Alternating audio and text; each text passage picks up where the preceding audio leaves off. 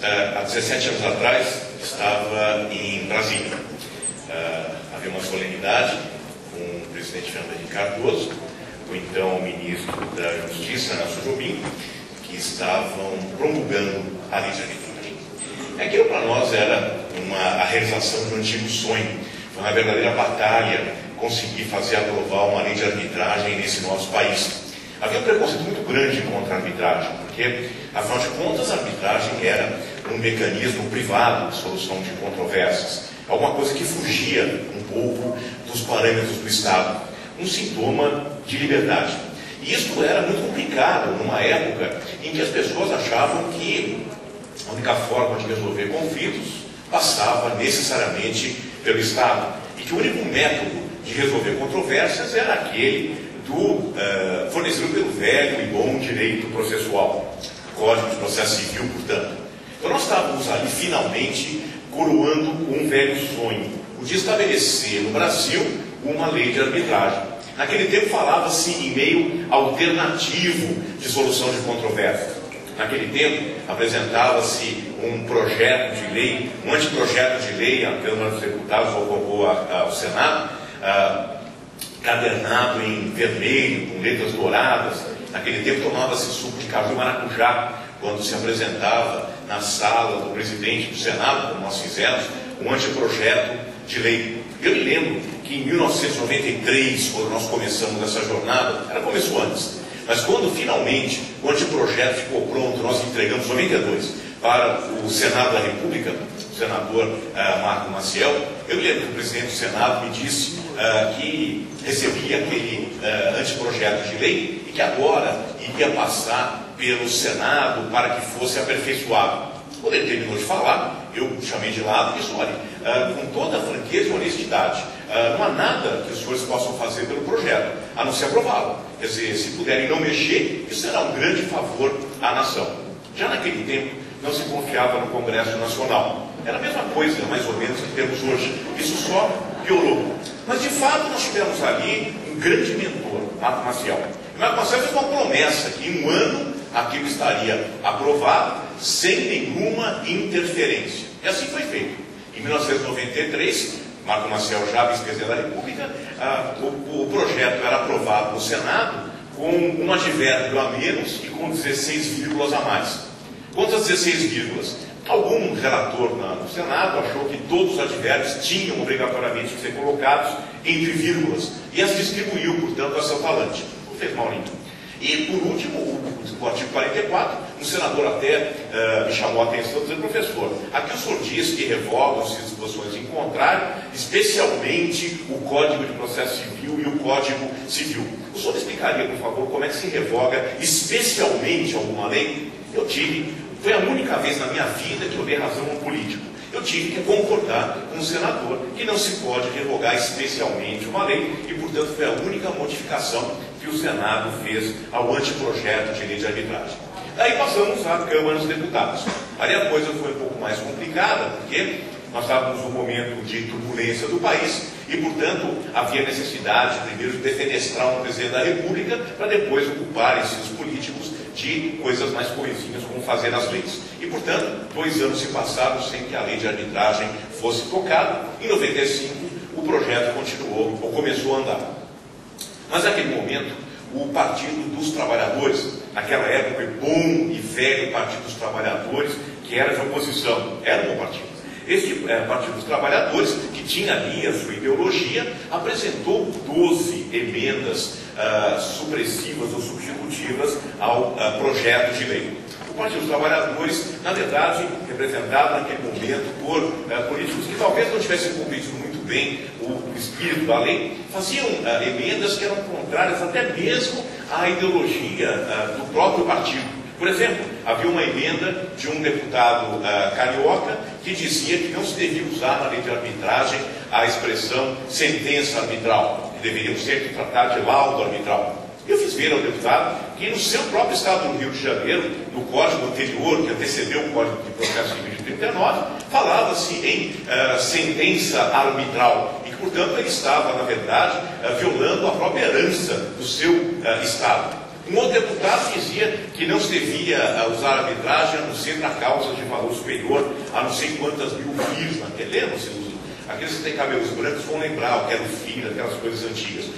E eu fiz ver o deputado que o partido dele acabava de aprovar, por voto de maioria, a Lei 9.099, que tratava de arbitragem nos juizados especiais, causas de até 40 salários mínimos.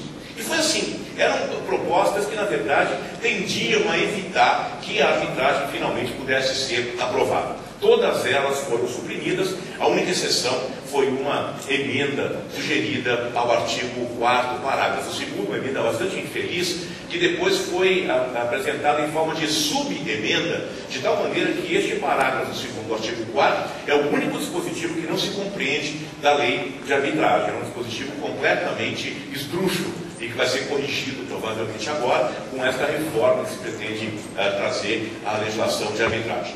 Então, essa história da passagem da lei de arbitragem pelo Congresso Nacional, que termina finalmente com a promulgação da lei de arbitragem em 23 de setembro de 1996. Mas nem bem a lei de arbitragem foi promulgada, já começaram a acontecer os problemas, porque o Supremo Tribunal Federal estava julgando uma causa que dizia respeito a uma arbitragem espanhola, uma homologação de sentença arbitral estrangeira, e lá, antes mesmo de a lei de arbitragem entraria em vigor em novembro de 1996, o ministro Moreira Alves levantava a suspeita de inconstitucionalidade, o que é possível graças ao regimento do Supremo Tribunal Federal, que permite que num determinado julgamento, se houver menção de uma determinada lei, ainda que não passe a ser aplicada no caso concreto, mas que tenda que tenha algum elemento de inconstitucionalidade, o Supremo Tribunal Federal pode, desde logo, tratar da questão. E lá fomos nós, ladeira abaixo, porque a simples menção de uma inconstitucionalidade, antes mesmo de a lei entrar em vigor, já punha em dúvida se esta lei vinha para ficar ou se era mais uma destas tantas leis que temos aqui no Brasil que não valem coisa alguma.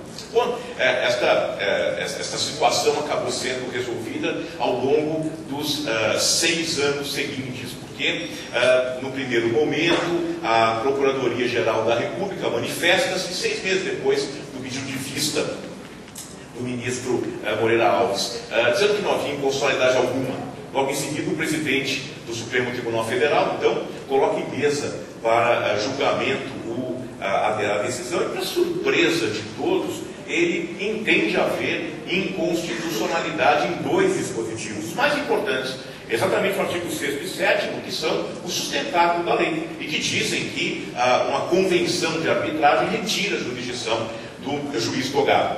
Isso deixou realmente todos nós atônitos, um voto longuíssimo de 42 laudas, e, para nossa sorte, o ministro do Supremo Tribunal Federal, Nelson Jobim, o mesmo que assinava a lei no momento da sua promulgação, pede vista deste julgamento, desse incidente de inconstitucionalidade. E Jobim fica vendo os autos em 97, 98, 99, 2000.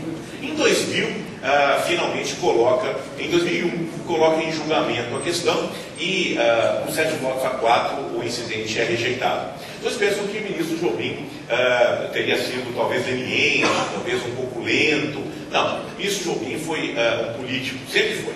E no Supremo Tribunal Federal também agiu, e nesse ponto para o bem, como um político. Vendo que com uma composição mais conservadora havia risco de os ministros entenderem que havia inconstitucionalidade na lei, aguardou que o Supremo Tribunal tivesse uma nova composição, mais moderna, mais viável, e neste momento colocou em mesa para julgamento a questão e o incidente foi rejeitado. Mas nós esperamos 5 longos anos para que a lei de arbitragem finalmente pudesse ter o aval para que funcionasse. Porque até então havia um ruído que era explorado com muita intensidade, por exemplo, pelos norte-americanos, no sentido de dizer que o Brasil não era um lugar seguro para a arbitragem, tanto que o Supremo Tribunal Federal estava em vias de afirmar a inconstitucionalidade da lei de arbitragem. E este ruído foi divulgado com muita intensidade por todos aqueles que tinham o maior interesse em transformar outras localidades como uma grande sede da arbitragem internacional. Eu digo os americanos em homenagem ao Paul Mason, claro, porque é sempre provocativo, é um prazer provocar, não sei mais nada, mas isso é bastante verdadeiro, porque Miami, como sabe, é a capital da América Latina. E, portanto, os norte-americanos não tinham o menor interesse em ceder espaço para São Paulo ou Rio de Janeiro, que é o que está acontecendo hoje, embora eles detestem ter que admitir isso. Mas tem que dividir conosco agora estas sedes de arbitragem que vão crescendo e vão empolgando outros centros de negócios, especialmente da América hispanoparlante, né? A América ou a América hispânica, ou os países de língua portuguesa. Mas, de qualquer maneira, isto foi um problema bastante grave, porque a nossa lei, ela emperrou logo no início. E foram 6 anos de luta para tentar convencer de que isso ia ser superado, como de fato acabou acontecendo. Bom, só em 2001, portanto, nós tínhamos uma lei de arbitragem no Brasil, que era uma lei séria, uma lei que veio para ficar. E o que aconteceu então? É preciso voltar alguns anos para entender por que a lei de arbitragem foi imaginada, como é que nós chegamos em 2001 e o que está acontecendo em 2013, para que a gente possa ter um panorama bom do que é que está acontecendo com a arbitragem no Brasil. Nos anos 90, havia realmente uma percepção clara da população de que havia uma crise consistente, tanto do poder judiciário quanto do processo. Ou seja, o Código de Processo Civil já não era mais o instrumento adequado para obter-se, a tempo e hora, justiça. O Estado não oferecia, portanto, um mecanismo ágil para resolverem-se os problemas de toda a natureza, especialmente aqueles ligados aos direitos civis e ao comércio, de maneira geral. Não vou nem falar do comércio internacional. Portanto, isso causava uma certa aflição, porque o custo do Brasil aumenta muito na medida em que o processo se alonga. Quanto mais longo e mais caro é o processo, mais caro vai ficar o serviço e o produto, porque o preço deste litígio naturalmente será embutido em qualquer preço, em qualquer serviço. Nós estamos falando dos anos 90, quando em São Paulo, por exemplo, uma apelação durava algo em torno de 1 ano e meio, bons anos 90. Hoje uma apelação dura em São Paulo algo em torno de 6 anos. Em 1996 havia, portanto, uma crise insuportável do processo que fazia com que as coisas não funcionassem. De outro lado, nós tínhamos os juízes que não eram bem preparados, juízes que estavam um pouco dispostos ou eram um pouco vocacionados para a solução de litígios, juízes que não geravam confiança na população. Isso começava com o Supremo Tribunal Federal, que era sempre nomeado pelo governador de plantão, de tal maneira que estes ministros que não são escolhidos pela população, e daí para baixo, todos os outros ministros e todos os outros juízes, também não geravam nenhuma confiança. Notem que o Poder Judiciário, historicamente, é aquele poder que menor apoio popular tem. Menor apoio popular tem porque ninguém interfere na contratação do juiz ou na nomeação do juiz. Nomeiam-se ministros do Supremo, ministros dos tribunais superiores, nomeiam-se desembargadores ou promovem-se desembargadores, e ninguém interfere absolutamente nada para a escolha desses magistrados. Diferente da culpa que temos na escolha do poder legislativo e da escolha do poder judiciário. Tanto o poder executivo e legislativo. O poder judiciário é aquele, portanto, que historicamente menor legitimidade tem. Por essa explicação trivial e que nós todos conhecemos bastante bem. Pois então, nós tínhamos naquele momento, nos anos 60, a necessidade de criar uma terceira via. Quer dizer, era preciso encontrar uma fórmula diferente, adequada, não alternativa, de solução de litígios. Muitos anteprojetos foram tentados. O próprio governo tentou 3 anteprojetos, nenhum deles com sucesso. Finalmente, nos anos 90, houve uma iniciativa popular. O Instituto Federal de Pernambuco começa uma iniciativa no sentido de gerar popularmente uma proposta de lei de arbitragem.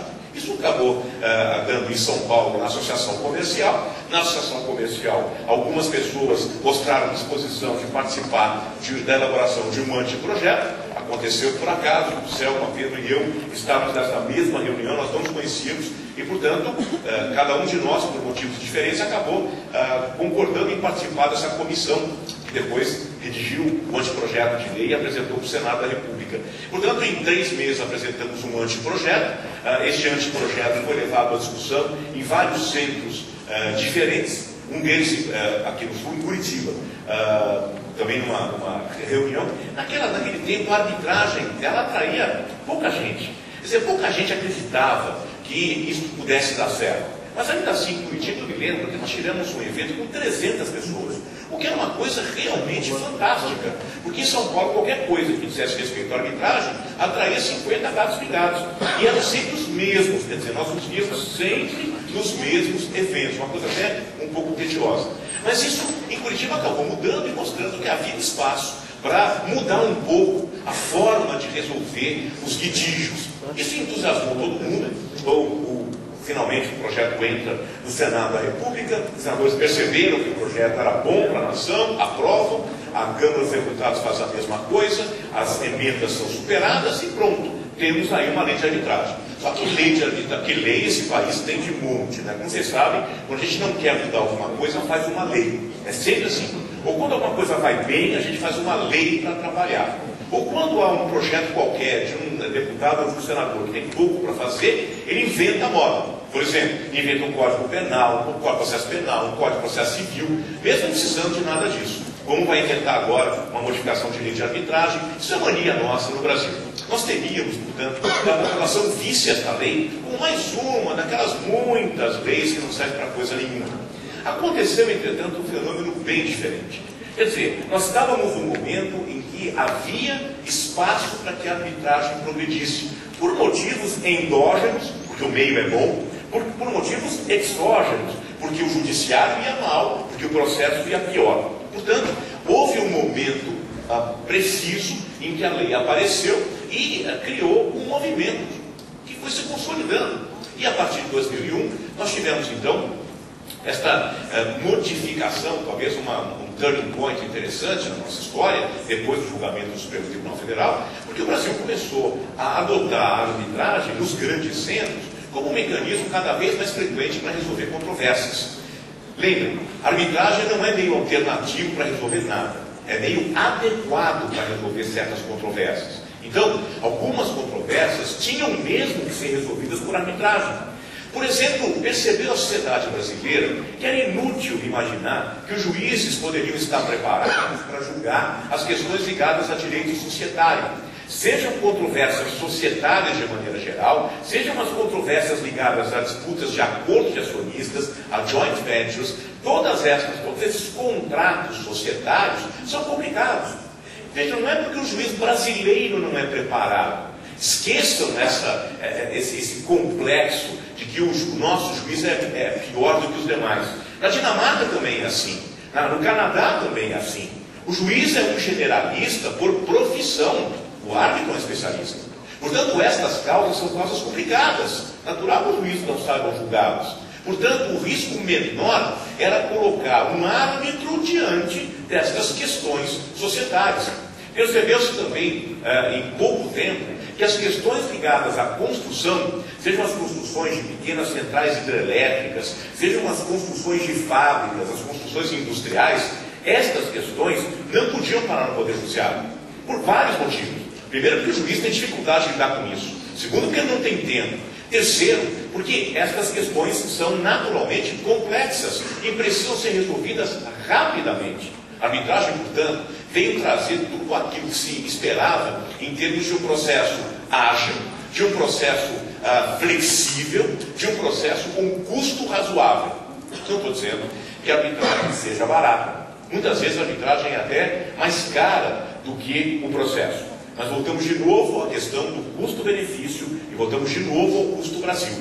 Se eu tiver que pagar mais para ter uma decisão mais rápida e de menor qualidade, isso pode, no frigir dos ovos, ser muito mais barato em termos gerais de solução de uma controvérsia. Esta é a conta que o brasileiro começou a aprender a fazer a partir de 2001. Em 2006, nós realmente atingimos o ápice dessa caminhada, que foi a percepção internacional de que o Brasil passou a ser um ator das arbitragens internacionais. O Brasil passou a ser o 4º país em termos de utilização da Câmara de Comércio Internacional de Paris em arbitragens internacionais. Isso significa que o Brasil passou a ter visibilidade em relação à arbitragem de maneira geral.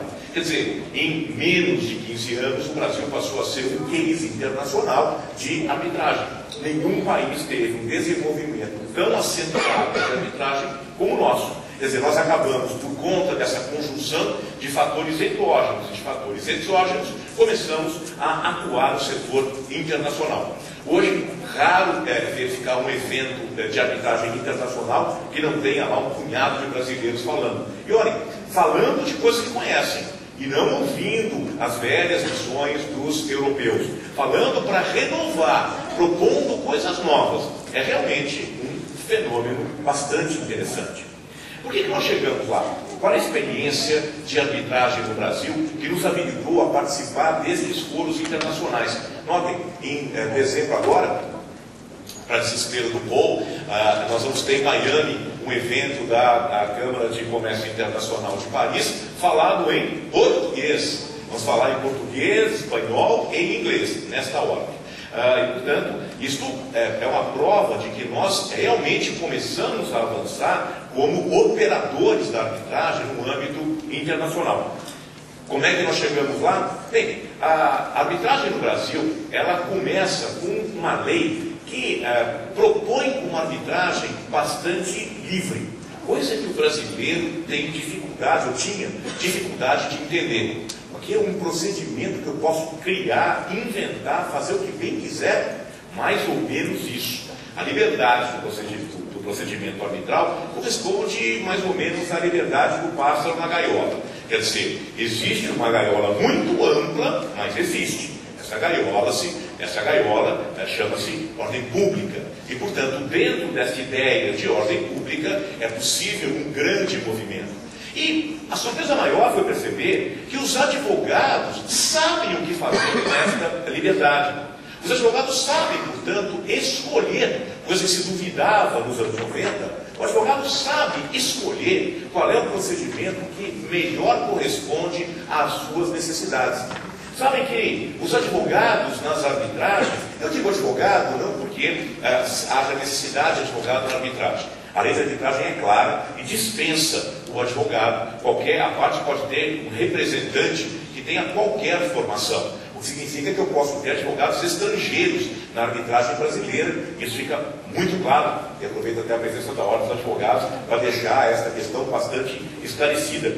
Como na arbitragem não há necessidade de nós termos advogado, o advogado estrangeiro que vem para o Brasil trabalhar numa arbitragem não o faz na qualidade de advogado, mas o faz na qualidade de representante de parte. Poderia ser um médico, poderia ser um sociólogo, poderia ser um psicólogo, um psiquiatra, todos eles poderiam atuar como representantes de parte. Portanto, um advogado estrangeiro pode atuar da mesma maneira que atuaria qualquer outro profissional, ou ainda um não profissional. Arbitragem é sintoma de liberdade, liberdade com responsabilidade. Portanto, todos estes podem atuar e estão bem-vindos. Então, mas os advogados, é claro, acabam naturalmente trabalhando na arbitragem. E trabalham não só como árbitros, que são os mais requisitados como árbitros, mas também como representantes de parte, e também como secretários, e também como os secretários gerais dos órgãos de arbitragem, porque são as pessoas que estão mais acostumadas com o procedimento de arbitragem, sabem lidar melhor com essas questões procedimentais. Pois então, os advogados mostraram-se desde logo bastante entusiasmados com a arbitragem, porque finalmente podiam exercitar na arbitragem aquilo que aprendiam nas faculdades. Eu vejo aqui muitos jovens, eu suponho que sejam ainda estudantes. E talvez estes jovens já tenham a percepção que eu tive a meu tempo, de uma maneira bem mais fraca, mas que hoje, por exemplo, que os meus alunos têm na faculdade, de maneira muito mais forte, de que uma coisa é o que nós dizemos nas academias, outra coisa muito diferente é o que acontece nos tribunais. Quer dizer, as coisas não se encaixam mais e a verdade das academias não corresponde à verdade das ruas, ou, desculpe, dos tribunais. E, portanto, isso acaba, de uma maneira geral, frustrando bastante o estudante. Na arbitragem acontece exatamente o contrário. Quer dizer, percebe-se que tudo aquilo que se estuda na academia pode imediatamente ser aplicado nas arbitragens. Eu vou além. Até mesmo aquilo que a gente aprende em termos de direito estrangeiro pode ser experimentado com sucesso na arbitragem. Isso faz com que o advogado na arbitragem tenha que ser muito mais capacitado.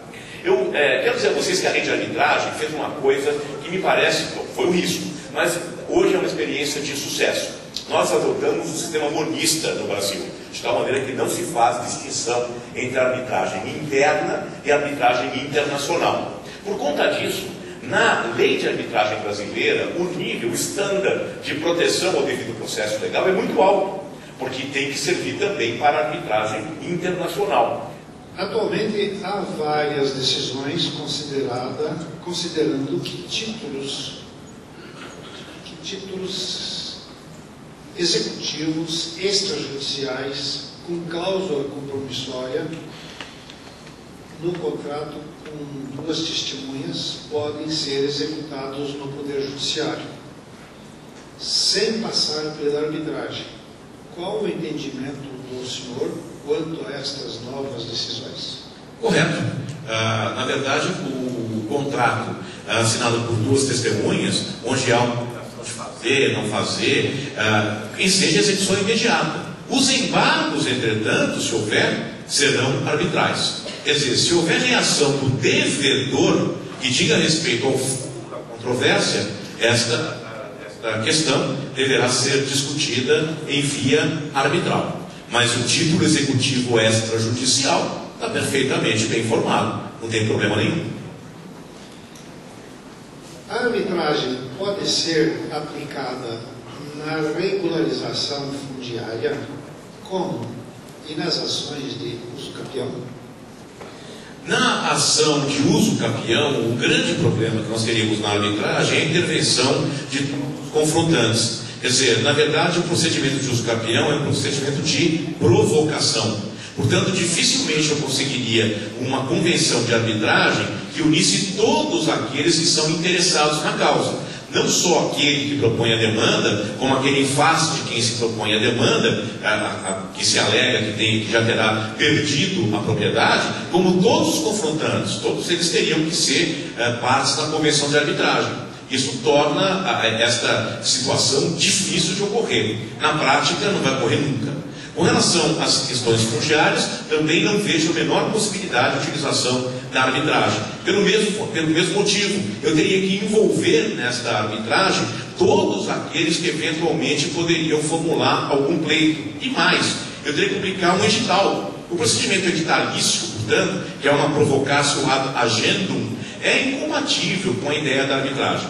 Mas eu quero dizer que, apesar desta minha opinião, vocês vão ver que em alguns países desenvolveu-se a arbitragem para direitos coletivos. Por exemplo, os Estados Unidos hoje têm arbitragens ligadas às class actions. É verdade que isso vem diminuindo, mas existe. Pode ser que no Brasil nós venhamos a ter o desenvolvimento dessa vertente da arbitragem. Hoje, como hoje, não tem.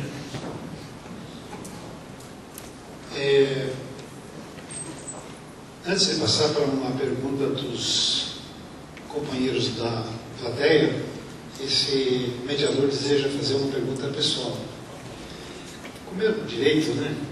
E vai ter uma questão contraditória que eu antecipo e desejo a sincera opinião do senhor. Eu notei a ênfase que Vossa Excelência deu às demandas que duram 7, 8 anos. Só no tribunal, ela dura muito mais. Em primeira e segunda instância, pode ser 10. Até o Supremo pode ser uma vida inteira. Aí já me respondeu a pergunta. Os colegas que partilham da arbitragem comigo sabem que eu, no escritório que eu participo com a minha filha e os colegas Jonatas e Ronaldo, nós temos causas que tramitam há 44 anos. E olha que eu já estou dobrando a curva do Cabo da Esperança. Eu não sei se até o fim da minha vida eu ainda vou ver o término dessas ações. Mas acho que nós temos que acreditar na reencarnação. Se o senhor conseguir ver nessa vida, certamente o senhor vai ver o fim do processo. O processo para nós é a antevisão da eternidade. Era um conceito abstrato, Hoje vocês vão em São Paulo, pelo menos, aqui eu não sei como é que funciona, mas em São Paulo é uma coisa assim de outro mundo, literalmente. Eu gostei da resposta da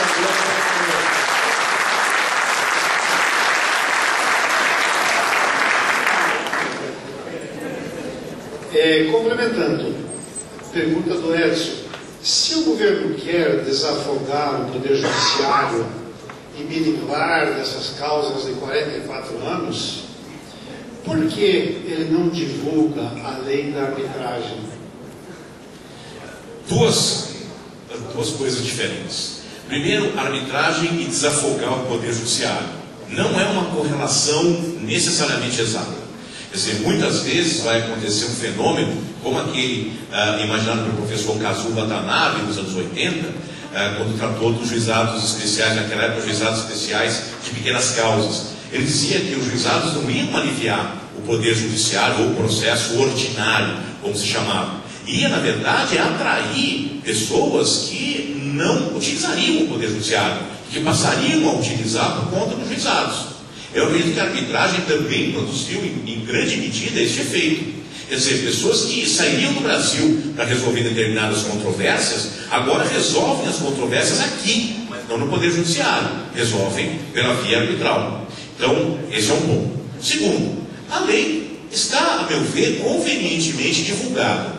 Programa de Estado. Em 2010, eu fui convocado ao Ministério da Justiça, junto com vários outros professores, para que se estabelecesse um programa de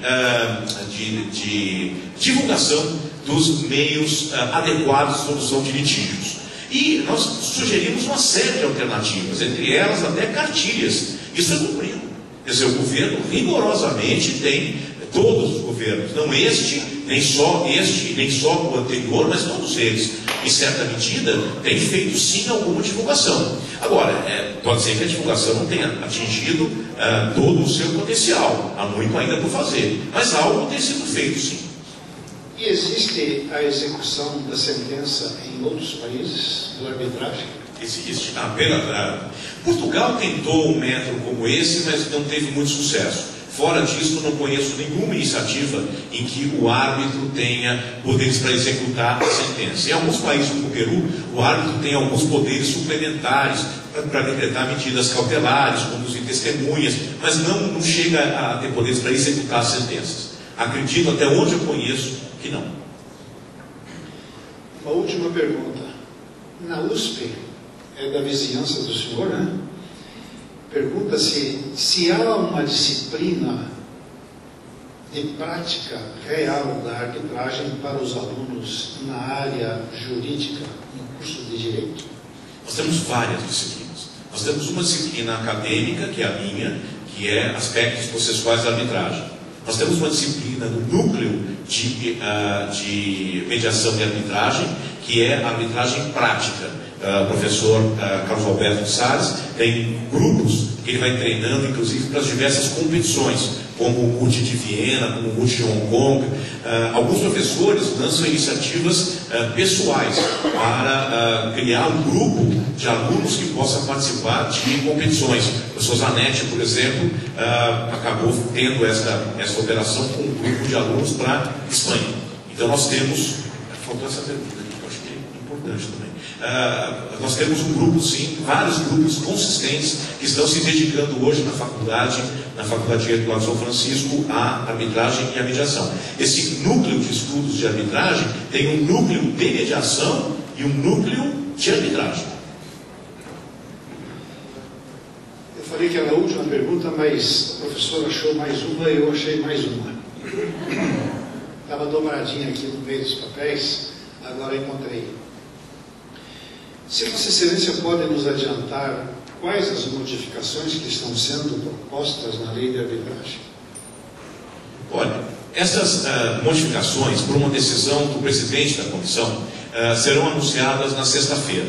Portanto, eu, como membro da comissão, devo concordar que o presidente falará pela comissão, e vocês vão ter que aguardar até sexta-feira para saber, não são tantas modificações e não tem nada surpreendente. Então vão ter que aguardar até sexta-feira, infelizmente, por uma questão ética, de que todos nós da comissão concordamos em que o presidente Luiz Felipe Salomão, ministro Salomão, falará por nós todos ao término dos trabalhos. Até porque tem algumas modificações que foram votadas, mas ainda há muita dúvida, se aquilo fica, se não fica. Então ainda seria cedo antecipar uma decisão final que só virá na sexta-feira. Agora, de verdade, é a última pergunta, para não cansar o professor, né? No que tange a conciliação, o senhor diz que o projeto do CPC não agrada a gregos ou troianos. Por quê? Por um único parágrafo.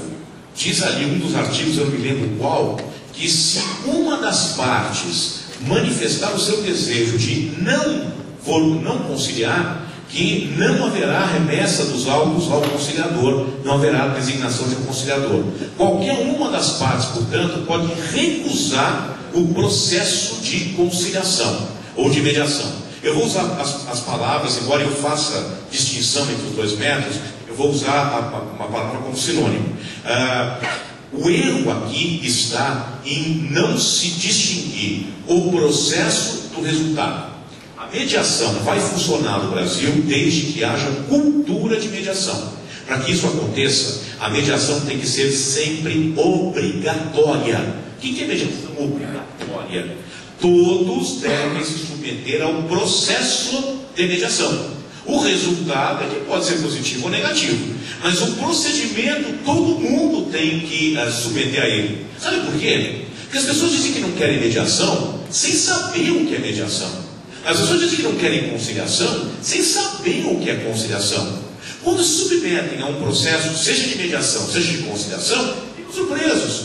Aquela conversa que tem com o mediador, conversas separadas, conversa em conjunto, sugestão eventualmente de soluções que não foram pensadas, nem pelo requerido nem pelo requerido, cai nas nuvens.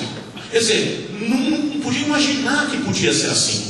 Então, eu acho que a conciliação e a mediação entre nós só funcionam se o Código de Processo Civil acabar de se libertar dessas pessoas, que é uma, na verdade, uma pessoa que está influenciando essa redação do Código de Processo Civil. Você dizer que se não tiver vontade, que a mediação é um processo sempre voluntário, quer dizer, uma pessoa que se diz estudante ou estudiosa de mediação, mas que francamente não conhece absolutamente nada do que seja efetivamente a mediação. Que pena. Se o projeto do Código for aprovado desse jeito, a mediação não dá um passo no Brasil.